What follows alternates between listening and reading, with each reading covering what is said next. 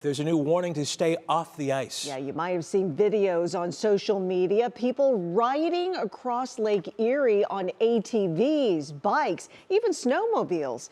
But officials warn the lake may look solid, but strong winds and shifting currents can make the ice crack or give way without warning. Those warnings became reality today when two fishermen fell through the ice near Port Clinton in Ottawa County and had to be rescued. It happened just off the shore this afternoon. Sia New Yorker joins us live lakeside with the latest on their rescue. Sia.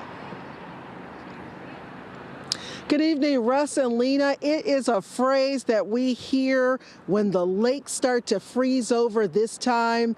No ice is safe ice. Now, those two anglers were riding a four-wheel drive when that ice gave way. Now, we spoke with the Ottawa County Sheriff's Office about the rescue and the specialized vehicle that they use.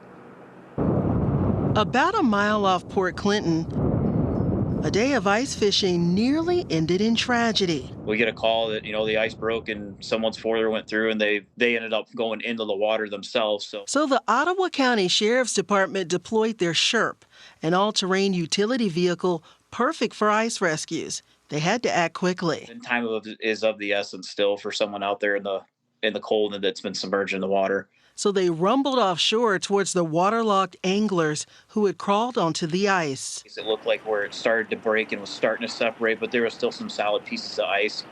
And then once we got up there, I could see it looked like they had, I think it was like a Polaris Sportsman or something, but their ATV just the back fender of it was sticking up out of the water. I mean, you could tell they were pretty cold because as they're standing there talking, if they didn't realize that they're shaking pretty bad. Then it was back to dry land, almost. And there was a part up where the ice was shoved up towards shore that was a rough crossing. Sometimes you will break through additionally that initial ice when you climb because of the weight of it, but eventually you'll get out. Everyone returned safely to shore, some minus thousands in gear, but thankful for their rescuers. Might be a learning lesson with how much it's going to cost you, but if it's between you surviving and, losing a four-wheeler or a fishing pole or a cell phone or whatever, I mean, it is what it is. It can be replaced. Your life can't. First responders say those two anglers are expected to be okay. Again, a reminder that no ice is safe at this time. Now, interesting story. One of those fishermen told those rescuers that today just might be his last fishing trip. Russ, Lena. All right, that is tough. Glad they're okay. All right, see you, New Yorker. Thank you.